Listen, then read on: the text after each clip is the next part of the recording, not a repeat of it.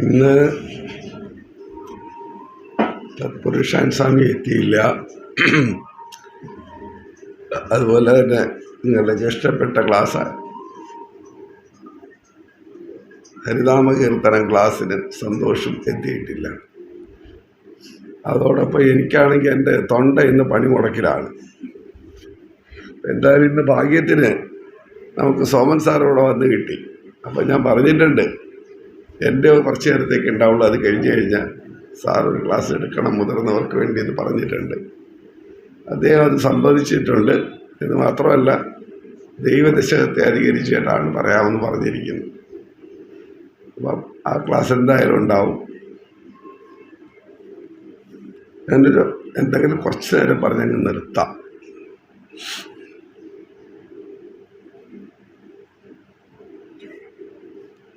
ഇവിടെ ഷാജി സാറില്ലേ, അദ്ദേഹത്തിനോട് പറയണം 10:45 ചായ റെഡിയാക്കാൻ. ഇത് പറഞ്ഞിട്ട് വരും. ഇന്ന് വചനാമൃതത്തിലെ ഞാനിവിടെ എനിക്ക് കിട്ടിയിരിക്കുന്ന പേജ് എത്രാം ഭാഗമാണെന്നറിയില്ല, 4-ാം അധ്യായമാണ്. വിശ്വാസം തന്നെ എല്ലാം.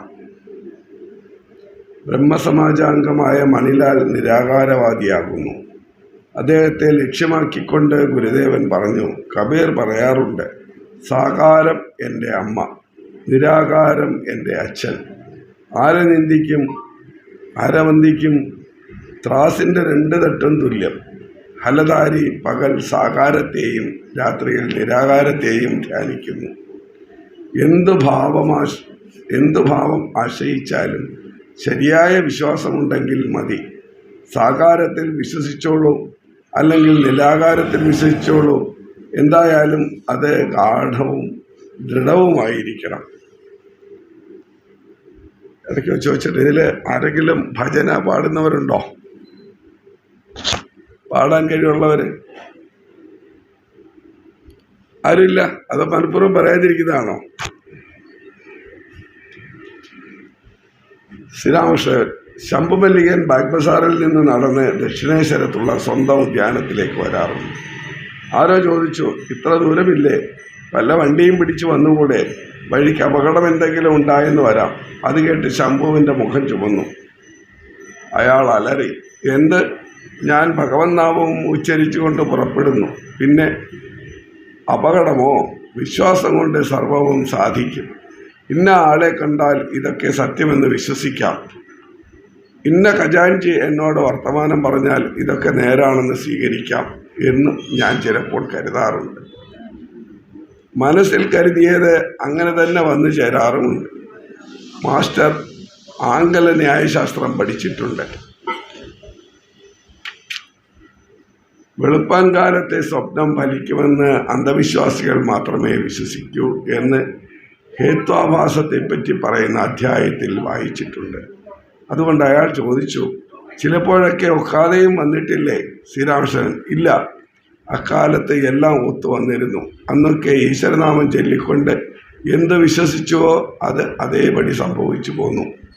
മണിലാലിനോട്, എന്നാൽ ഒന്നോർത്തോളണം, സരളനും ഉദാരനുമാകാതെ ഇത്തരം വിശ്വാസം ഉണ്ടാവില്ല. കൃഷകാത്രന്മാർ, കുഴിക്കണ്ണന്മാർ, കോങ്കണ്ണന്മാർ ഇമാതിരി ആളുകൾക്കും വിശ്വാസം എളുപ്പത്തിലൊന്നും ഉണ്ടാവുകയില്ല. തെക്ക് വശത്ത് വിറക് വെട്ടി വടക്ക് വശത്ത് പോത്ത്, കുറുക്കെ ഒരു കരിമ്പൂച്ചയും എന്തും കാട്ടും ഞാൻ. സന്ധ്യയായി. വേലക്കാരി വന്നു മുറിയിൽ ധൂപം പുകച്ചു. മണിലാൽ മുതലായവർ കൽക്കത്തയ്ക്ക് മടങ്ങി. 1-2 ഭക്തന്മാർ ഇനിയും ഇവിടെ തന്നെയുണ്ട്. മുറിയിൽ നിശബ്ദം. ധൂപത്തിൻ്റെ ഗന്ധം വരുന്നു. ഗുരുദേവൻ ചെറുകട്ടിലിൽ ഇരിക്കുന്നു. ദേവീധ്യാനം ചെയ്യുന്നു. മാസ്റ്റർ തറയിലിരിക്കുന്നു. രാഘാലമുണ്ട്. അല്പം കഴിഞ്ഞ് ക്ഷേത്രമുണ്ട് ഒരാൺമക്കാരൻ്റെ ദാസി ഭഗവതി വന്ന് ദൂരെ നിന്ന് നമസ്കരിച്ചു. ഗുരുദേവൻ അവളോട് ഇരിക്കാൻ പറഞ്ഞു. ഭഗവതി വളരെ പണ്ടേ ഉള്ള ഒരു വേലക്കാരിയാണ്. അനേക വർഷങ്ങളായി ഊരാൺമക്കാരുടെ വീട്ടിലുണ്ട്. ഗുരുദേവന് വളരെ കാലമായി അവളെ അറിയാം. ആദ്യകാലത്ത് അവളുടെ നടത്തം നന്നായിരുന്നില്ല. പക്ഷേ ഗുരുദേവൻ ദയാസാഗരമല്ലയോ, പതിതഭാവനയല്ലയോ? അദ്ദേഹം അവളുമായി പഴയ കഥകൾ ഓരോന്ന് പറഞ്ഞു തുടങ്ങി. ശ്രീരാമകൃഷ്ണദേവൻ, ഇപ്പോൾ വയസ്സായില്ലേ, സമ്പാദിച്ച പണം സജ്ജനങ്ങളുടെയും വൈഷ്ണവരുടെയും സേവയ്ക്കായി ഉപയോഗിക്കുന്നുണ്ടോ? ഭഗവതി മെല്ലെ ചിരിച്ചുകൊണ്ട്. എന്ന് ഞാൻ എങ്ങനെ പറയും? ശ്രീരാമകൃഷ്ണദേവൻ. കാശിയും വൃന്ദാവനവും ഒക്കെ പോയോ? ഭഗവതി അല്പം ചുളുങ്ങിക്കൊണ്ട്. അതും ഞാൻ എങ്ങനെ പറയും? ഒരു കടവ് കെട്ടിച്ചു കൊടുത്തിട്ടുണ്ട്, അവിടെ ഒരു കല്ലിൽ എൻ്റെ പേര് കൊത്തിവെച്ചിട്ടുണ്ട്. ശ്രീരാമകൃഷ്ണൻ. എന്ത്? ഭഗവതി. അതെ, പേരെഴുതി വെച്ചിട്ടുണ്ട്, ശ്രീമതി ഭഗവതി ദാസി എന്ന്. ശ്രീരാമകൃഷ്ണൻ പുഞ്ചിരിയോടെ. ഭേഷ്. ഭഗവതി ഗുരുദേവന്റെ വാക്കുകൾ കൊണ്ട് ധൈര്യം കൊണ്ട് അദ്ദേഹത്തിൻ്റെ കാലിൽ തൊട്ട് നമസ്കരിച്ചു.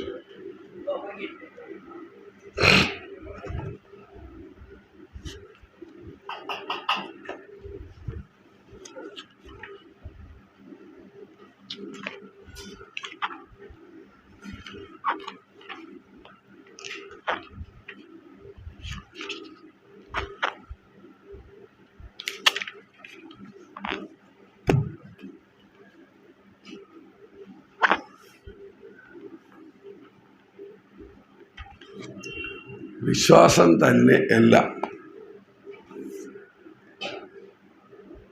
ഇന്ന് നമ്മുടെ സമൂഹത്തിൽ വിശ്വാസികളെ ഉള്ളൂ, ഭക്തന്മാരില്ല, സാധകരായിട്ടുള്ളവരാരുമില്ല.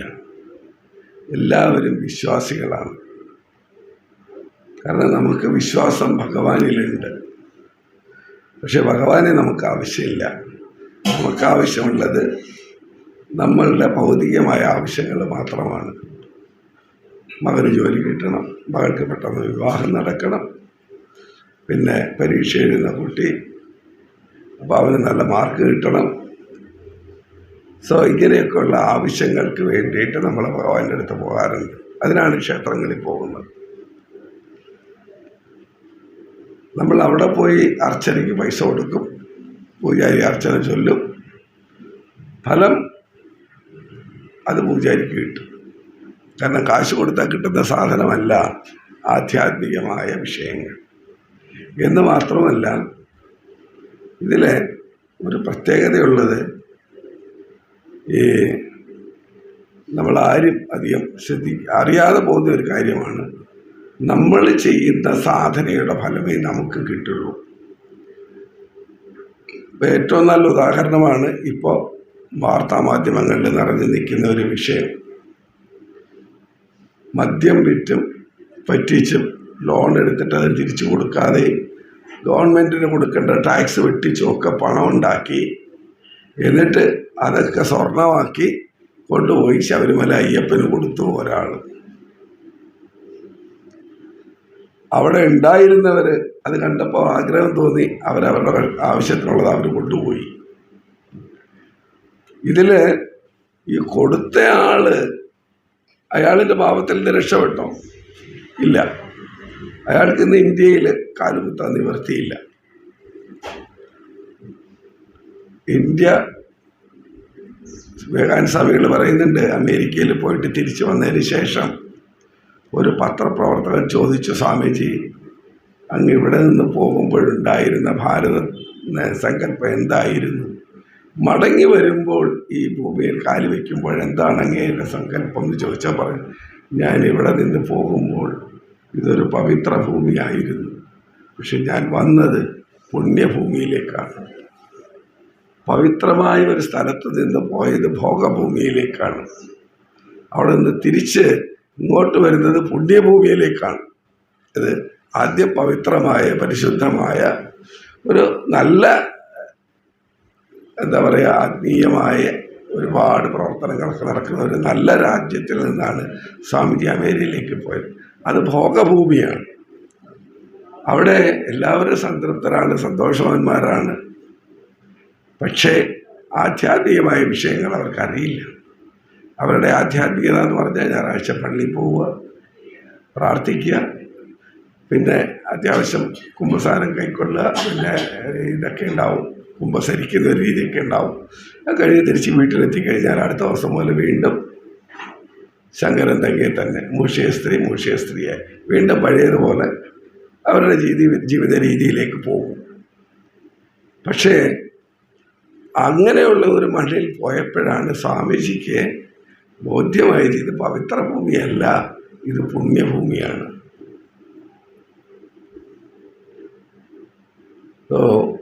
കാരണം പുണ്യഭൂമിയിലേക്കാണ് നമ്മൾ തീർത്ഥയാത്ര പോവുക. ക്ഷേത്രമുറ്റത്ത് പോകുന്നത് എന്താണ്? ഭഗവത് സാന്നിധ്യം അവിടെയുണ്ട്.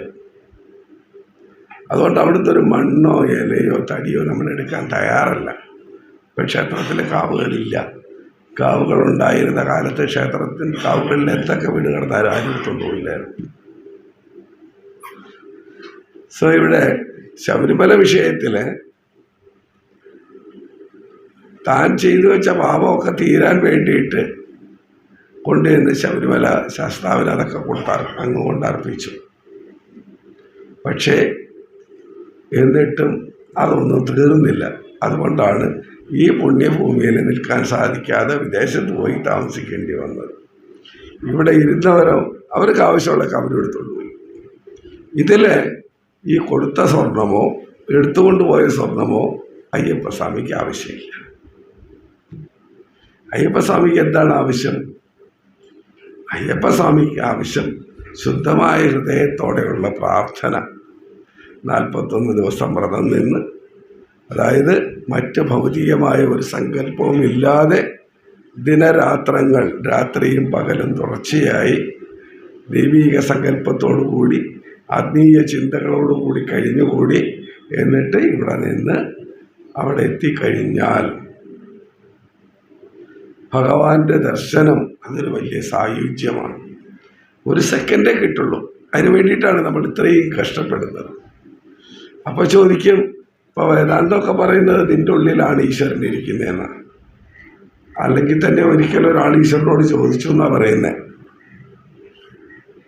അങ്ങ് എന്തിനാണ് മനുഷ്യൻ്റെ ഉള്ളിൽ ഈ ജീവജാലങ്ങളുടെ ഉള്ളിൽ കയറിയിരുന്നത്, പുറത്തിരുന്നാൽ പോരായിരുന്നു എന്ന് ചോദിച്ചു. അപ്പോൾ പറഞ്ഞ്, ഞാൻ ഈ ലോകമൊക്കെ സൃഷ്ടിച്ച് ഇതൊക്കെ കഴിഞ്ഞിട്ട് എനിക്ക് മനസമാധാനത്തോടെ എവിടെയെങ്കിലും ഇരിക്കണം എന്നൊരു തോന്നൽ വന്നു. അപ്പം ഞാൻ നോക്കിയപ്പം അതിനിരിക്കാൻ പറ്റിയ സ്ഥലം ഈ മനസ്സിൻ്റെ ഇത് നമ്മുടെ മനുഷ്യൻ്റെ ഉള്ളിലാണ്. എന്താ കാര്യം തരാം, അവ ഒരിക്കലും അകത്തേക്ക് നോക്കില്ല, പുറത്തേക്കാണ് നോക്കുന്നത്. എപ്പോഴും എനിക്കെന്ത് കിട്ടും അത് തന്നെയാണ് ചിന്ത.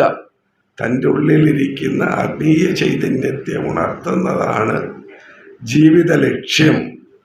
ആത്യന്തികമായ ജീവിത ലക്ഷ്യം തൻ്റെ ഉള്ളിലുള്ള ചൈതന്യത്തെ അറിയുക എന്നുള്ളതാണ്. അതുകൊണ്ടല്ലേ വാൽമീകി തൻ്റെ തപസ്സെല്ലാം കഴിഞ്ഞ് പറഞ്ഞ് അവസാനം രാമനായി.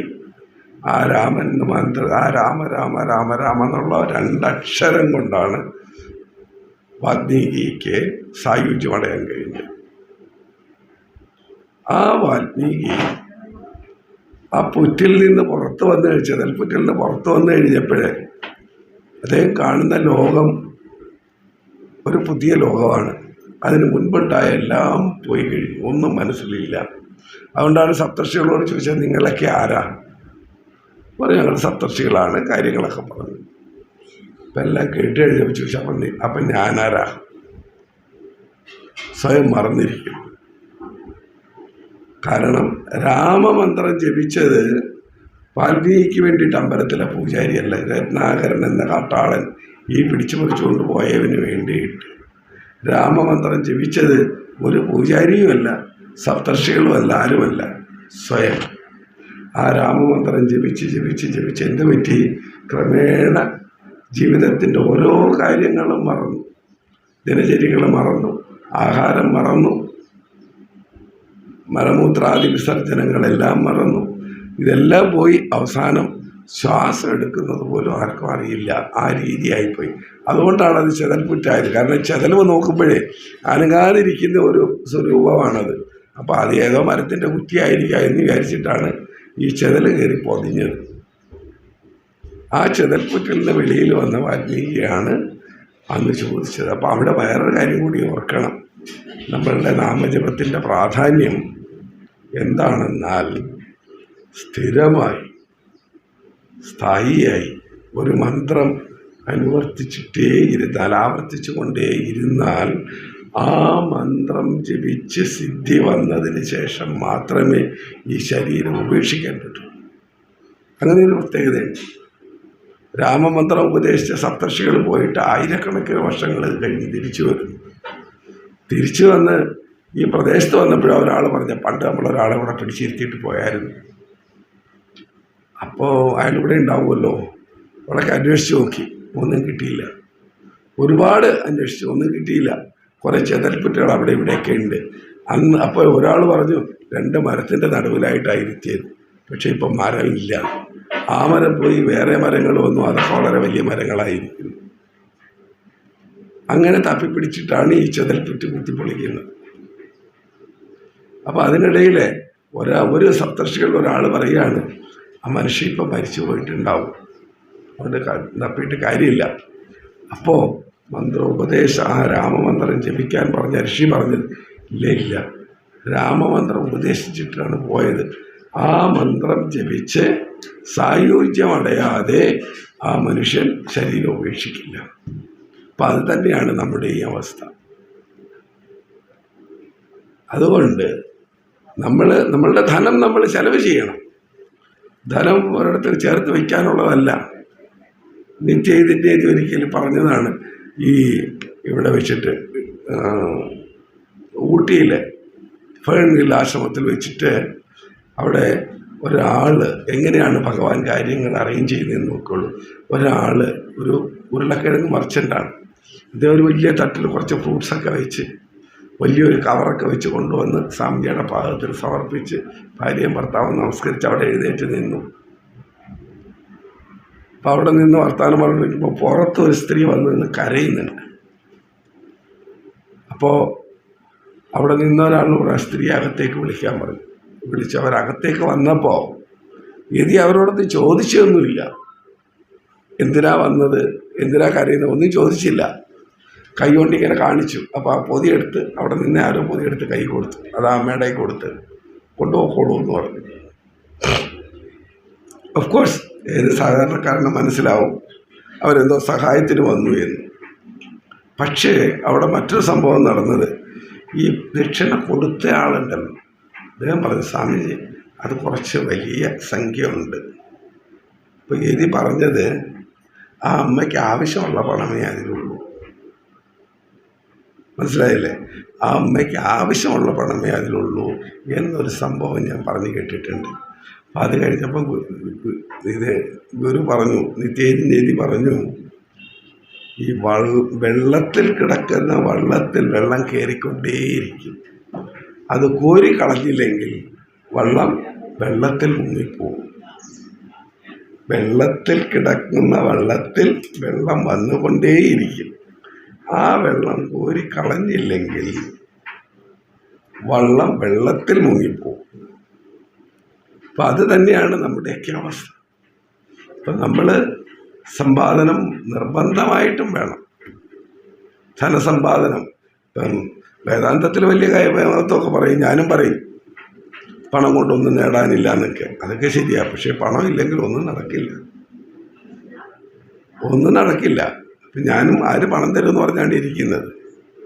സോ ധനം സമ്പാദിക്കേണ്ടതാണ്, ആർജിക്കേണ്ടതാണ്. പക്ഷേ ഇന്ന് നമ്മൾ ചെയ്യുന്ന ഒരു രീതിയുണ്ടല്ലോ, ഇതൊക്കെ ക്ഷേത്രത്തിൽ കൊടുത്താൽ എൻ്റെ പാപമൊക്കെ തീരും, എല്ലാ പുണ്യം എനിക്ക് കിട്ടുമെന്ന് വിചാരിക്കുന്നെങ്കിൽ നിങ്ങളൊരു കാര്യം ഓർക്കണം, ക്ഷേത്രത്തിലിരിക്കുന്ന ഭഗവാന് നിങ്ങളുടെ ഒരു സ്വത്തും ആവശ്യമില്ല. അവിടെ എന്താ ആവശ്യം? നമ്മൾ ക്ഷേത്രത്തിൽ പോയി നാമം ജപിക്കുക, ഭഗവാനോട് പ്രാർത്ഥിക്കണം, നമ്മുടെ ആവശ്യങ്ങളൊക്കെ പറയണം. പക്ഷെ പ്രാർത്ഥനയും നല്ല രീതിയിൽ പ്രാർത്ഥിക്കാൻ പഠിക്കണം. അതായത് ഒരാൾ പ്രാർത്ഥിച്ചു എന്നാണ് പറയുന്നത്, എന്തോ ചോദിക്കുമ്പോൾ നല്ല വണ്ണം ഉണ്ടാവണം. അപ്പം എന്ത് ചെയ്തു? ഭഗവാൻ നല്ല വണ്ണം കൊടുത്തു, അയാളുടെ നല്ല വണ്ണം ഉണ്ടായി. ആവശ്യപ്പെട്ട ഒന്നും കിട്ടിയില്ല. പുരാണത്തിൽ തന്നെ ഒരു കഥ പറയുന്നുണ്ട്. ഈ നാരദൻ ഒരിക്കലൊരു സ്വയംവരത്തിൽ പങ്കെടുക്കാൻ പോവാണ്. അപ്പോൾ വിഷ്ണുവിനോട് പറഞ്ഞു, ഭഗവാനെ ഞാൻ ആ സ്വയംവരത്തിൽ പങ്കെടുക്കാൻ പോവുകയാണ്. അപ്പോൾ നാരദൻ നൈഷ്ഠിക ബ്രഹ്മചാരിയാണ്, കല്യാണം കഴിച്ചിട്ടില്ല. ഇപ്പോൾ പറയുകയാണ്, ഞാൻ സ്വയംവരത്തിൽ പങ്കെടുക്കാൻ പോവുകയാണ്, എനിക്ക് ഹരിയുടെ മുഖം വേണം, എൻ്റെ മുഖം ഹരിയുടെ മുഖം ആയിരിക്കണം, അങ്ങനെ ആയിരിക്കണം ആ കുട്ടി കാണേണ്ടതെന്ന് പറഞ്ഞു. അപ്പോൾ ഭഗവാൻ വിഷ്ണു പറഞ്ഞു, ശരി, നിൻ്റെ ആഗ്രഹം പോലെ നടക്കട്ടെ എന്ന് പറഞ്ഞു. അങ്ങനെ പോയി. സ്വയംവരം പന്തലിരുന്ന് കഴിഞ്ഞപ്പോൾ ഈ വരുന്നവരൊക്കെ നാരദനെ കണ്ടിട്ട് ചിരിക്കുവാണ്. അപ്പോൾ സ്വയംവരം കഴിഞ്ഞു. നാരദനെ ആരും മാലയിട്ടൊന്നുമില്ല. നാരദൻ തിരിച്ചുപോയി. വീട്ടിൽ ചെന്നതിന് ശേഷമാണ്, അതായത് താൻ പുറത്ത് പോയതിന് ശേഷമാണ് അറിയുന്നത് തൻ്റെ മുഖം കുരങ്ങിൻ്റെ മുഖം പോലെയായിരിക്കുന്നത്. ഹരി എന്ന് പറയുമ്പോൾ അവിടെ കുരങ്ങ് എന്നൊരർത്ഥമുണ്ട് എന്നുള്ളത് നാരദൻ ഓർത്തില്ല. ഇപ്പം നമ്മളിൽ പലരും ചെയ്യുന്ന വേറൊരു കാര്യമുണ്ട്. നമ്മുടെ കുട്ടികളോട് നമ്മൾ ചെയ്യുന്ന ഒരു വലിയൊരു തെറ്റുണ്ട്. നിങ്ങളൊക്കെ കുട്ടികളോട് പരീക്ഷയ്ക്ക് പോകുമ്പോൾ എന്താ പറയുക കുട്ടികളോട്? മോനെ അമ്പലത്തിൽ കയറി പ്രാർത്ഥിക്കണം കേട്ടോ, എന്നിട്ട് വേണം സ്കൂളിലേക്ക് പോകാൻ. അറിയാവുന്ന എല്ലാ ചോദ്യവും വരണമെന്ന് പ്രാർത്ഥിക്കണം. അങ്ങനെ പറയാറുണ്ടല്ലേ? അല്ലേ? അറിയാവുന്ന എല്ലാ ചോദ്യവും വരണേന്ന് പ്രാർത്ഥിക്കാറുണ്ട്. കുട്ടി അവിടെ പോയി അമ്പലത്തിൽ പോയി ഭഗവാനോട് പ്രാർത്ഥിക്കുക, എല്ലാ ചോദ്യം അറിയുന്നതായിരിക്കണേ. പരീക്ഷ ഹാളിൽ ചെന്നിരിക്കുന്ന ക്വസ്റ്റ്യൻ കിട്ടിക്കഴിയുമ്പോൾ നോക്കുമ്പോൾ എല്ലാ ചോദ്യവും അറിയാം, പക്ഷേ അതിൻ്റെ ആൻസറാണ് അറിയാത്തത്. അപ്പോൾ ചോദ്യം അറിയണമെന്നല്ലേ പറഞ്ഞുള്ളൂ, ഭഗവാൻ ചോദ്യം അറിയിക്കും, അതിൻ്റെ ആൻസർ അറിയണമെന്ന് പറഞ്ഞില്ലല്ലോ. അപ്പോൾ അവിടെയും പ്രാർത്ഥിക്കാനായി പറയുമ്പോഴും നമ്മൾ എന്ത് പറഞ്ഞു കൊടുക്കണം? മകനെ പഠിച്ചതെല്ലാം നല്ലതുപോലെ മനസ്സിൽ തെളിഞ്ഞു വരണം. അങ്ങനെ എല്ലാ ചോദ്യങ്ങൾക്കുള്ള ഉത്തരം എഴുതാൻ എല്ലാ ആൻസറും എൻ്റെ മനസ്സിലുണ്ടാകണം. അതിനെന്നെ അനുഗ്രഹിക്കണം എന്ന് പ്രാർത്ഥിക്കാൻ പറഞ്ഞു കൊടുക്കുന്നതിന് പകരം അറിയാവുന്ന ചോദ്യങ്ങളെല്ലാം വരണേന്ന് ചോദിച്ചാൽ എല്ലാ ചോദ്യവും വരും അറിയാവുന്നത്, അതുകൊണ്ട് കാര്യമില്ലല്ലോ. അപ്പോൾ ഇതുപോലെയാണ് നമ്മളുടെ ദൈനംദിന കാര്യങ്ങളിൽ നമ്മൾ വിശേഷിച്ച് ഗൃഹസ്ഥന്മാരെന്ന് പറയുമ്പോഴേ, ഇപ്പം ഞങ്ങളൊക്കെ ചെയ്യുന്നാൽ 24 മണിക്കൂർ ഈശ്വര ധ്യാനം ചെയ്യണമെന്നൊന്നുമില്ല. നമ്മളുടെ ഗൃഹസ്ഥകർമ്മം എല്ലാം പരിപാലിച്ചു കൊണ്ട് പോകണം. ഒരു കാര്യത്തിൽ ഒരു മുടക്കം വരുത്താൻ പാടില്ല. ശ്രീരാമകൃഷ്ണൻ അത് ആവർത്തിച്ച് പറയുന്നുണ്ട്. മറ്റേതൊരു ആചാര്യന്മാരെ എടുക്കുമ്പോഴും അവിടെ നിന്നെല്ലാം വ്യത്യസ്തമായിട്ട് ശ്രീരാമകൃഷ്ണനുള്ള പ്രത്യേകത എന്ന് പറയുന്നത് അത് തന്നെയാണ്. ചെറിയ ചെറിയ കാര്യങ്ങളിൽ പോലും ശ്രീരാമകൃഷ്ണൻ വളരെ നിഷ്ഠയുണ്ടായിരുന്നു. ശ്രീരാമകൃഷ്ണൻ അവിടെ നിന്ന് അതായത് ദക്ഷിണേശ്വര ക്ഷേത്രത്തിൽ നിന്ന് പുറത്തേക്ക് എവിടെയെങ്കിലും പോവുകയാണെങ്കിൽ തൻ്റെ ഷൂ ഒക്കെ കൃത്യമായിട്ട് പോളിഷ് ചെയ്തിട്ടുണ്ടോ, അതൊക്കെ കൃത്യമായിട്ട് ധരിച്ചിട്ടുണ്ടോ, തൻ്റെ ഷർട്ടിൻ്റെ ബട്ടൺസ് എല്ലാം കൃത്യമാണോ, ഞാൻ ഇട്ടിരിക്കുന്ന ഡ്രസ്സൊക്കെ നല്ലതാണോ, ഇതെല്ലാം ചോദിച്ചിട്ടാണ് പോവുക. എല്ലാം ചോദിച്ച് എല്ലാം കൃത്യത വരുത്തിയിട്ടാണ് പോവുക. അത്ര വലിയൊരു നിഷ്ഠ ജീവിതത്തിലുണ്ടായിരുന്നു. പക്ഷെ ഭഗവാൻ ആവർത്തിച്ച് പറഞ്ഞു, സത്സംഗം ചെയ്യണം, ഗൃഹസ്ഥന്മാർ സത്സംഗം ചെയ്യണം. ഒരിക്കലും ശിഷ്യൻ ചോദിക്കുന്നുണ്ട്, മുമ്പോടെ ഞാൻ ക്ലാസ്സിൽ പറഞ്ഞിട്ടുള്ളതാണത്. ഒരു ശിഷ്യൻ ചോദിക്കുകയാണ്, ഠാക്കൂർ ഞങ്ങൾ ഗൃഹസ്ഥന്മാർക്ക് അപ്പോൾ മോക്ഷത്തിന് ഉപായം ഇല്ലെന്നാണോ പറയുന്നത്? ഉണ്ട്. ഉടനെ പറഞ്ഞു, ഉണ്ട്. നിങ്ങൾ ഗൃഹസ്ഥരും ഇടയ്ക്കിടയ്ക്ക് വിജനത്തിൽ പോകണം, സത്സംഗം ചെയ്യണം. വിജനത്തിൽ പോകണം എന്ന് പറഞ്ഞാൽ കാട്ടിനകത്തേക്ക് പോകണം എന്നർത്ഥമില്ല. വിജനത്തിൽ പോകണം എന്ന് പറഞ്ഞു കഴിഞ്ഞാൽ സ്വജനങ്ങളിൽ നിന്ന് മാറി നിൽക്കണം, അത്രയേ ഉള്ളൂ. എൻ്റെ വീട്ടിലുള്ള ആളുകളോടൊപ്പം ഉള്ള ഒരു അന്തരീക്ഷത്തിൽ എൻ്റെ സത്സംഗം നടക്കില്ല. കാര്യം അപ്പം വീട്ടു പ്രശ്നങ്ങളൊക്കെ ഉണ്ടാവും, അതൊക്കെ ചർച്ചയ്ക്ക് വരും, അപ്പം നമ്മുടെ മനസ്സങ്ങോട്ട് മാറും. അതുകൊണ്ട് സ്വജനങ്ങളെ വിട്ടിട്ട് വിജനത്തിലേക്ക് മാറുക. കുഴപ്പമില്ല. ഇപ്പോൾ തൊട്ടടുത്ത വീടുണ്ട്, അവിടെ നിന്നായാലും അവിടെയുള്ളവർ ഇവിടെ വന്നിരുന്നു കഴിഞ്ഞാൽ അത് വിജനമായി, വീട്ടിൽ നടക്കുന്ന കാര്യങ്ങൾ അറിയുന്നില്ല. അങ്ങനെ സത്സംഗം ചെയ്യണമെന്ന് പറയും. അപ്പോൾ നമുക്ക് വിശേഷിച്ചും ഗൃഹസ്ഥന്മാർ ചെയ്യേണ്ടത് സത്സംഗമാണ്. അതുകൊണ്ട് തന്നെയാണ് നമ്മൾ ഇങ്ങനെയുള്ള പരിപാടികൾ ആശ്രമത്തിൽ നടത്തുന്നത്, ഈ സത്സംഗത്തിന് വേണ്ടിയിട്ടാണ്. സത്സംഗത്തിൽ എന്ത് നടക്കുന്നുള്ളതൊക്കെ പഴയ ക്ലാസ്സുകളിൽ പറഞ്ഞിട്ടുള്ളതാണ്. അതുകൊണ്ട് ഞാൻ ഇപ്പോൾ അത് ആവർത്തിക്കുന്നില്ല. അപ്പോൾ ഇനി മറ്റൊന്ന് പറയാനുള്ളത്, ക്ഷേത്രത്തിൽ പോകണോ വേണ്ടയോ? ക്ഷേത്രം വേണോ? യഥാർത്ഥത്തിൽ നമ്മുടെ സനാതനധർമ്മത്തിൽ ക്ഷേത്രസങ്കല്പം എന്നൊന്നും ഉണ്ടായിരുന്നില്ല. നമുക്കുണ്ടായിരുന്നത് കാവുകളായിരുന്നു. പ്രകൃതിയെ ആരാധിച്ചിരുന്നവരാണ് നമ്മൾ. പിൽക്കാലത്ത് മറ്റ് പല മതങ്ങളുടെയും ആചാരാനുഷ്ഠാനങ്ങൾ വന്നപ്പോൾ അതിലേക്ക് ആകർഷിച്ചിട്ട് ആളുകൾ പോവുകയും പിന്നെ അതിനെ ഉപേക്ഷിക്കുകയൊക്കെ ചെയ്ത് കഴിഞ്ഞപ്പോഴാണ് ഈ ക്ഷേത്രസങ്കല്പം ഉണ്ടാകുന്നത്. ഈ ക്ഷേത്രത്തിൽ ഭഗവാനുണ്ടോ? ഉണ്ട്. ഭാഗവത്തിൽ ഭഗവാൻ തന്നെ പറയുന്നുണ്ട്, ദേവോ വിഗ്രഹവാൻ ഭക്താനുകമ്പാർത്ഥം ദേവോ വിഗ്രഹവാൻ ഭവേത്. ഭക്താനുകമ്പാർത്ഥം, ഭക്തൻ്റെ ഇഷ്ടപൂർത്തീകരണത്തിനായി എന്ന് പറഞ്ഞു കഴിഞ്ഞാൽ ഭക്തൻ്റെ ഇഷ്ടം നമ്മൾ പറയുന്ന ഭൗതികമായ ഇഷ്ടമൊന്നല്ല, അങ്ങനൊരർത്ഥം അവിടെ ഇല്ല. പിന്നോ ഭക്തൻ്റെ ഇഷ്ടപൂർത്തീകരണം എന്ന് പറയുമ്പോൾ ഭഗവത് ദർശനം നേരിട്ടുണ്ടാകുന്നതിന് വേണ്ടിയിട്ട് ഭഗവാനാണ് അവിടെ ഇരിക്കുന്നത് എന്ന് നമ്മുടെ മനസ്സിൽ ഒരു പ്രതീതി ഉളവാക്കുന്നതിന് വേണ്ടിയിട്ട് സർവചരാചരങ്ങളിലും ജീവാത്മായിരിക്കുന്നതായ ഭഗവാൻ ക്ഷേത്രത്തിൽ വിഗ്രഹരൂപത്തിൽ ആ ഭഗവത് ചൈതന്യം കൂടിയുള്ളൂ. അപ്പം അതുകൊണ്ട് നമ്മൾ ക്ഷേത്രമുറ്റത്ത് പോകണം, ദർശനം നടത്തണം. തീർച്ചയായും ക്ഷേത്രകാര്യങ്ങളിൽ നമ്മൾ പങ്കെടുക്കണം. പക്ഷേ അവിടെയും നമ്മൾ നാമം ജപിക്കണം. പൂജാരിക്ക് അവർ ടിക്കറ്റ് എടുത്തു, പൂജാരിയുടെ കൊടുത്തു. പൂജാരി അപ്പം തന്നെ ഒരിലയിൽ ശകലം ചന്ദനോ ഭസ്മോ എന്തെങ്കിലും വെച്ച് പൂവും വെച്ച് തിരിച്ചു തന്നു കഴിയുമ്പോൾ അതോടുകൂടി ഞാൻ അഷ്ടോത്തരത്തിന് കൊടുത്ത പൈസയുടെ അതുകൊണ്ട് അഷ്ടോത്തരത്തിൻ്റെ ഫലം എനിക്ക് കിട്ടി എന്ന് വിചാരിച്ചാൽ അത് മണ്ടത്തന. അത് അമ്പലത്തിന് കിട്ടി, പൂജാരിക്ക് കിട്ടി, വേറെ ആർക്കും കിട്ടിയിട്ടില്ല.